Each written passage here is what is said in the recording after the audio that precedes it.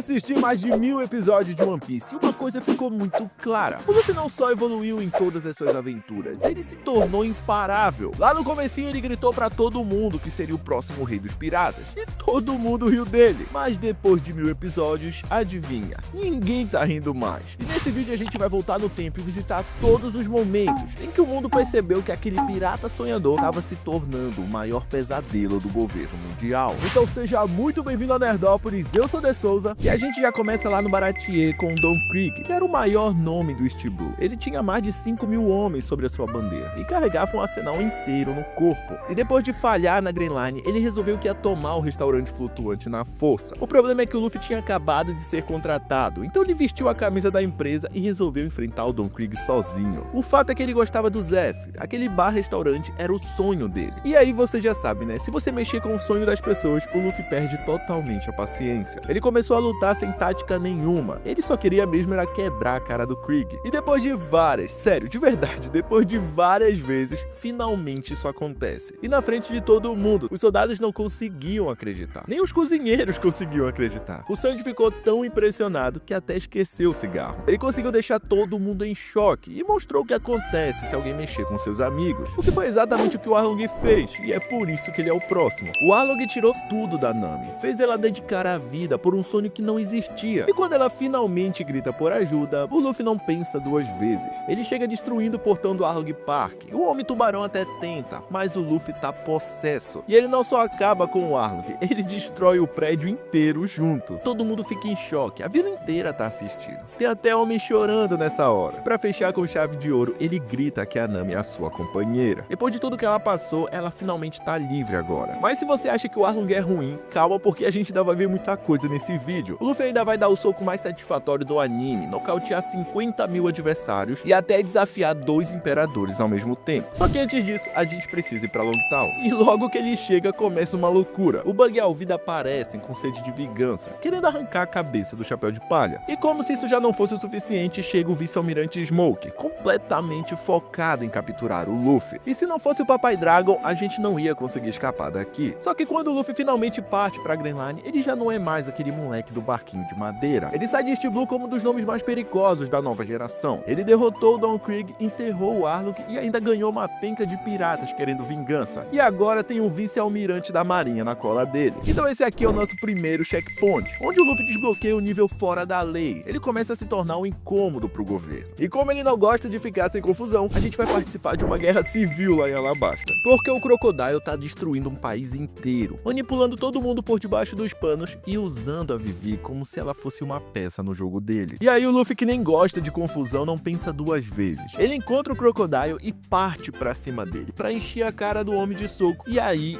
ele perde. Mas ele volta e dessa vez ele perde de novo. Mas o Luffy é teimoso e na terceira vez ele dá tanto soco no Crocodile que o homem sai voando parecendo que vai pra Skypiea. E quando a galera vê o Crocodile voando, meio que isso acaba a guerra. Afinal, o homem era um Chichibukai e o Luffy derrotou ele na frente de todo mundo. E de quebra, ele ainda salva a vida do pai da Vivi e da Robin. O homem tava incansável esse dia. E agora que a gente já salvou Alabasta, a gente vai arrebentar um deus na porrada. Só que antes o Aranha 2 me lembrou de um momento muito importante. Então antes a gente vai encostar em Jaya pra dar o segundo soco mais satisfatório do anime. O Bellamy gosta de rir do sonho dos outros, chama todo mundo de idiota e humilha quem acredita em Skypiea. E ainda teve a cara de pau de roubar o ouro do Cricket. Se bem que ele é um pirata, então meio que isso faz sentido. Só que quando o Luffy descobre o que tinha acontecido, ele fica muito pistola. Ele simplesmente volta no bar e faz uma harmonização facial no Bellamy na frente de todo mundo. Dessa vez aqui não teve brincadeira, não teve piadinha. O Bellamy apagou sem entender o que tinha acontecido. Os piratas congelaram, o Bellamy virou meme e esse momento é muito da hora. Porque ele mostra que o Luffy aceita que mexam com ele, mas se alguém tocar nos seus amigos, a conversa muda. E onde será que ele aprendeu tudo isso? Então agora sim, a gente vai pra Ilha do Céu porque o Luffy decidiu que seria uma ótima experiência socar um deus. O Enel tava se achando, e não é pra menos. O haki da observação do homem é um absurdo. Se você espirrasse em qualquer lugar de Skypiea, ele dizia saúde. E é claro que com toda essa força ele controlava a ilha. Só que aí veio o Chapéu de Palha. E quando o Luffy tomou aquele raio de milhões de volts e não aconteceu absolutamente nada, foi aí que o Enel travou. Ele dedicou a sua vida a treinar o seu haki da observação, só pra saber a vida dos outros. E esqueceu de aprender o haki do armamento. E aí não tem jeito, o Luffy foi resolver na mão, que é a sua especialidade. O Enel teve que ir mais mais pra cima pra poder fugir do Chapéu de Palha. E agora que a gente já fez festa no céu, chegou a hora da gente ir pra debaixo da água. Mas antes a gente só precisa dar o soco mais satisfatório do anime e participar de uma guerra contra a Marinha. Mas primeiro, vamos pra Enies Lobby declarar guerra contra o governo mundial, porque eles acharam que podiam sequestrar Robin e sair de boa. O que é um pensamento até lógico, já que ninguém seria tão louco de bater de frente com eles. Mas a gente tá falando do Luffy, então já viu, né? A primeira coisa que ele faz depois de invadir Enies Lobby é queimar a bandeira do governo mundial. O que é muito legal de ver, mas quando a gente começa a pensar nas coisas que o Luffy faz, parece que ele não bate muito bem na cabeça, não. Quando o Chapéu de Palha tá enfrentando o Bleno, rola a primeira aparição, com a pose clássica da segunda marcha, que foi muito boa, mas o que a gente queria realmente ver era ele contra o Tigrinho. E essa luta contra o Rob Lute é insana. Aqui é onde o Luffy tem uma das suas lutas mais difíceis do anime. O Lute levou o Chapéu de Palha pro segundo nível, literalmente. E mesmo assim, o Luffy consegue arrebentar ele na base do soco e do grito. Na real mesmo, eu acho que teve mais grito, mas o importante é que ele ganhou. O número 1 da CP9, o John Wick do governo mundial, destruído por um novato da pior geração. Então vamos pra mais um checkpoint aqui, porque desde que o Luffy entrou na Grand Line, ele já participou de uma guerra civil, prendeu um Shichibukai, libertou uma ilha do céu de um Lunarian e declarou guerra contra o governo mundial. Então é impossível negar que o Luffy desbloqueou o nível fora de controle. Ele precisa ser parado agora o quanto antes. Ele já desafiou o topo do mundo e anda por aí tranquilamente.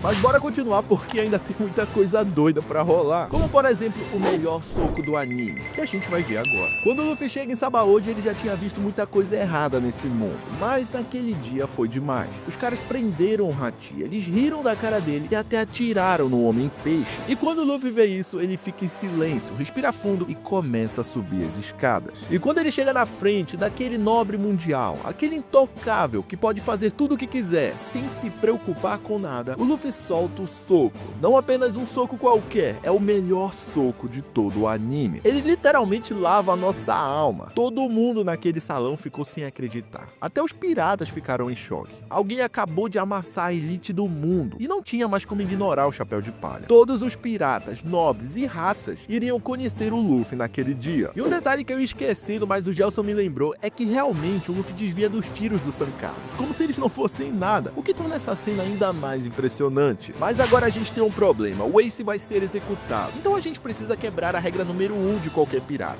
A gente precisa ser preso. E não é pra qualquer prisão, não. Vamos pra maior e mais segura prisão do mundo, onde eles levam os mais perigosos e de onde ninguém nunca sai. E sim, é pra lá que o Luffy vai. Ele entra ali sem nenhum plano, sem bando e sem uma rota de fuga. Tudo que ele tem é o seu improviso e o seu poder de protagonista. Esse aqui é pra mim um dos arcos mais divertidos do anime, mas também é um dos mais perigosos. Se não fosse o Bon Clay e o Ivankov, o anime tinha acabado ali. O Luffy não só escapa, ele liberta prisioneiros, cria um motim e faz a marinha surtar. O Chapéu de Palha tinha feito o impossível e sem pausa pra descanso, ele vai direto pra outra base da marinha. Finalmente ele chega em Marineford. O Chapéu de Palha já tinha visto muita coisa maluca até ali, mas nada realmente prepara ele pra Marineford. O moleque chegou no meio de uma guerra de monstros, tinha almirante pra todo lado, Shichibukai e até imperador. Tava realmente uma loucura, e quando o Ace tá prestes a morrer no último segundo, os soldados começam a cair desacordados. O homem agora tinha despertado seu haki do conquistador. Ele conseguiu deixar o topo da força do mundo de queixo caído. Mas essa aí nem é a melhor parte. Quando ele já tava sem forças e não conseguia mais nem se mexer, ele não hesita em sacrificar anos de vida com a ajuda do Ivankov, e aí sim,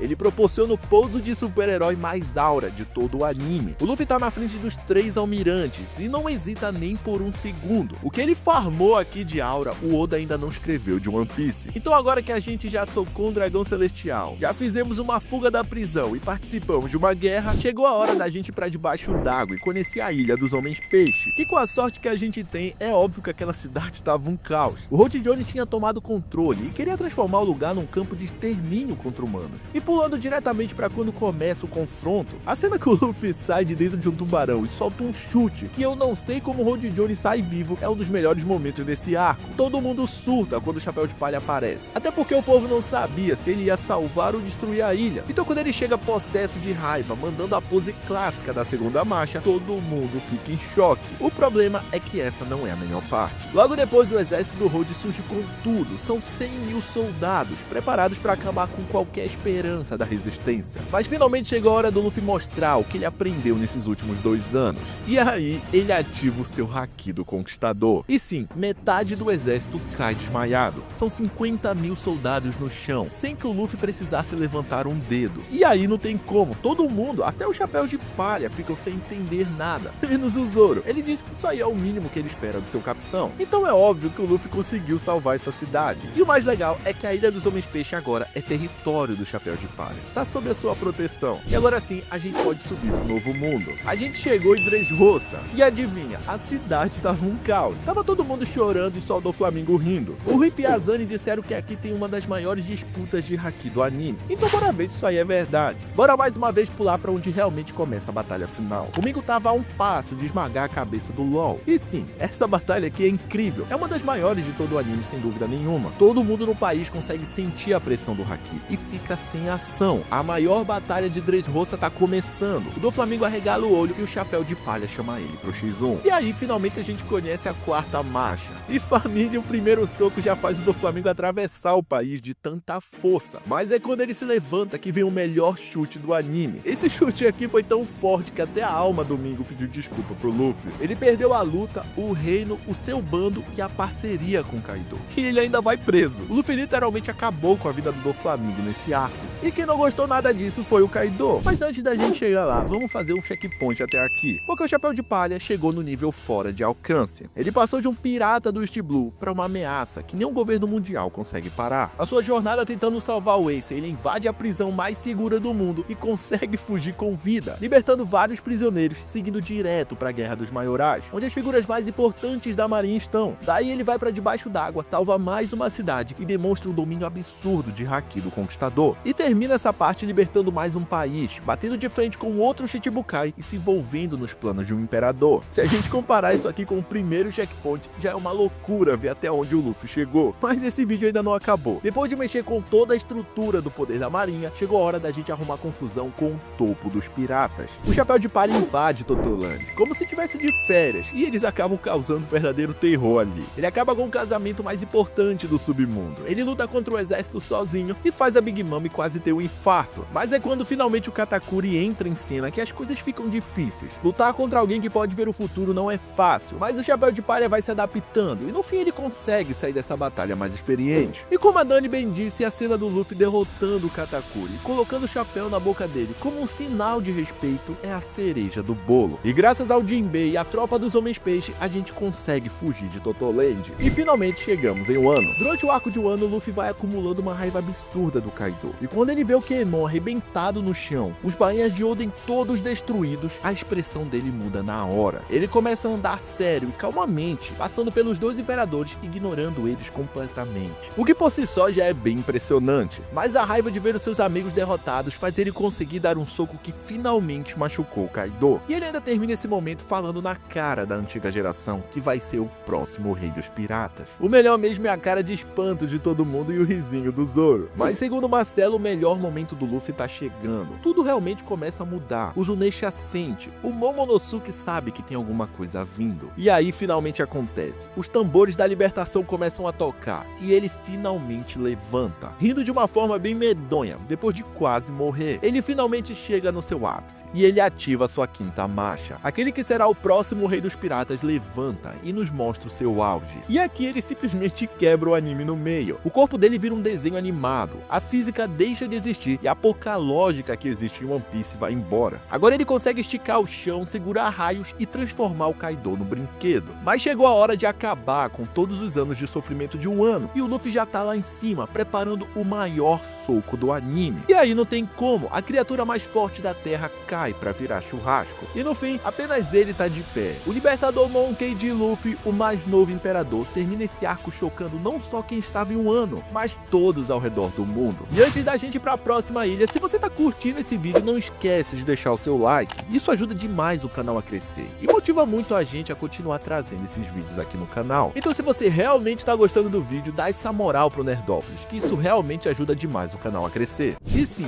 agora nós chegamos em Egghead. E adivinha? O Lute voltou! O John Wick da Cipinali foi promovido depois de perder pra gente. E o porquê disso? Bom, eu não faço ideia. Ele pede pra ver a quinta marcha, o que é basicamente o Oda criando um motivo aleatório pra esfregar a cara do Lute no asfalto. A diferença aqui é tão absurda que o Luffy tava se divertindo. Da primeira vez teve luta, só que dessa vez aqui foi puro entretenimento. E como o Lute não deu conta, chega o Kizaru, um almirante Almirante, um dos caras mais perigosos da marinha. Ele tem velocidade da luz, um haki absurdo, mas o Luffy encara tudo isso de boa. Segundo o Felipe, o Luffy amassou o Almirante. A verdade mesmo é que o Kizaru não tava a fim de cumprir aquela missão. E o Luffy, bom, o Luffy não leva nada a sério quando ele tá com a skin do Joy Boy. Mas foi uma luta muito boa e ficou claro que o nível do Luffy subiu demais. Eu diria que tá pelo menos 100 vezes maior. Mas um dos momentos mais importantes é quando o Dendemushi toca. O mundo inteiro tá ouvindo, a marinha inteira escutando. Até os Gorosei prestam atenção. E o que você acha que o Chapéu de Palha diria nessa hora? Depois de tudo que ele passou, depois de toda a jornada que a gente viu até aqui, depois de toda a evolução, ele só podia dizer uma coisa pra todo mundo ouvir. Ele é Monkey D. Luffy e será o próximo rei dos piratas.